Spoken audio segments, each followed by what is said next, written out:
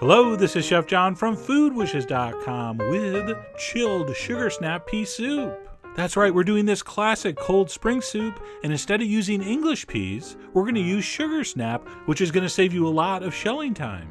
And I know you could have avoided the shelling by using frozen peas, but for now, let's just pretend you're not like that. But in any case, this is an incredibly easy soup to make, beautiful to look at, and most importantly of all, incredibly delicious. So here we go. We're going to start by prepping some leeks. You can of course just use regular onions for this, but like peas, leeks are a very traditional spring ingredient. So I'm going to chop up a couple leeks. We're going to cut them in half lengthwise, and then just slice them up like that. Of course, you're going to wash these very thoroughly. We don't want sandy soup. So next up, we're going to go over to the stove where I have a pot on medium heat, to which I'm going to add some olive oil.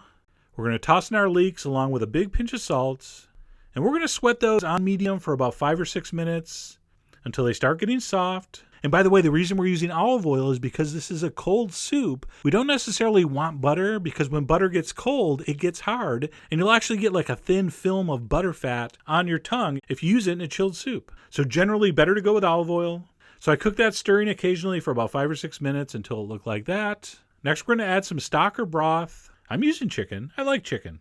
But you could certainly use vegetable stock or even water here, no problem. And we're going to raise the heat up to high because we need to bring this up to a boil before we add our sugar snap peas. All right, so crank that up to high, and while we're waiting for it to boil, we're going to go ahead and season it up with a little bit of black pepper, a little bit of cayenne. The final seasoning will be done when the soup is cold, but we know it's going to need a little bit. And then we probably got 5 or 6 minutes before this comes to a boil, and that would be the perfect amount of time to prep your sugar snaps. So there they are. I got 1 pound of sugar snap peas. It's a cross between a snow pea and a regular English pea, and you can eat the whole thing, except I do like to pull off this string. So I'm just pinching the tip and pulling that string off the flat side. It comes right off. Very simple. And by the way, this may be totally unnecessary since we're going to strain this, but you know what? Old prep cook habits die hard, and I figured better safe than stringy. And by the time your peas are prepped, your liquid should be boiling, and at that point, you're going to go ahead and dump those in. Again, the heat's on as high as it will go. I'm going to give those a stir. I'm also going to add a couple mint leaves, and that's going to come back to the boil, and then we're just going to cook that until these are just almost barely tender. I'm going to guess and say 5 or 6 minutes, but you're going to check. Give it about 4 or 5 minutes, then go ahead and stick your tongs in, pull one out, take a bite, and it should be what they call tender crisp, meaning you can bite into it quite easily, but it still has a little bit of firmness to it. And yes, I'm allowed to put that half back in because it's just me and my wife eating. That's one of the main reasons I got married, so I could do things like that. That, and of course, her family's fortune. And then once you deem them adequately cooked, we're going to turn off the heat, we're going to take a strainer, and we're going to fish those out into a bowl. We're going to leave the liquid in the pot, don't discard it. But I just want the peas for now. And we're going to bring those over to the blender so we can puree them. And why didn't I scoop them directly into the blender? That is a great question. So we're going to transfer the peas into a blender, and then we're going to pour in half the liquid. All right, blending hot soup is very dangerous. It can totally splash up and fly out of the blender. And that's much less likely to happen if you only start with half the liquid.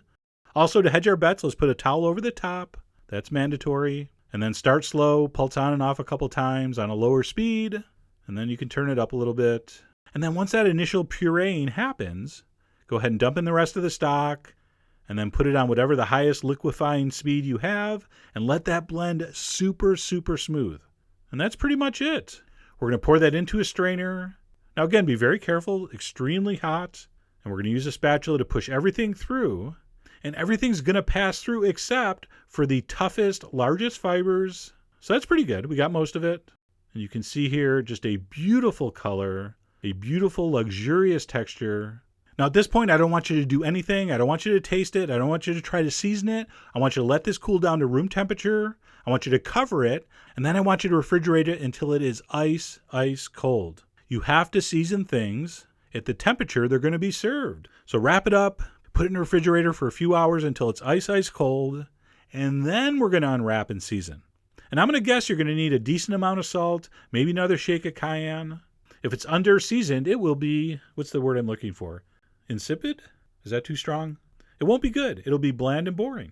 But with enough salt and a little bit of pepper, it is going to be spectacular. And then once you're happy with the seasoning, we're going to go ahead and ladle that into a bowl.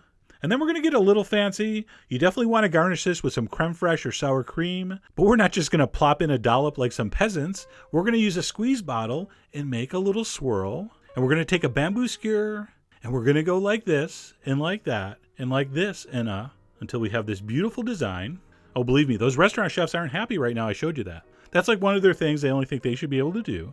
And once our fermented cream surface graphics are done, we're going to finish with a little bit of fresh mint, and that is done. Chilled sugar snap pea soup, and it tastes exactly like it looks. Light, refreshing, delicious, and that creme fraiche and mint really, really elevates this. Just the perfect accents. That little bit of acidity from the creme fraiche, very important. In fact, if you're not going to use creme fraiche or sour cream, I highly suggest you squeeze a little bit of lemon in this for the same effect. But anyway, there you go. A chilled vegetable soup using spring's second most popular vegetable after asparagus, which really isn't the peas' fault. Asparagus has a much more marketable shape, but the peas don't care, so why should we? All right? So I really hope you give this a try. Head over to foodwishes.com for all the ingredient amounts and more info as usual. And as always, enjoy.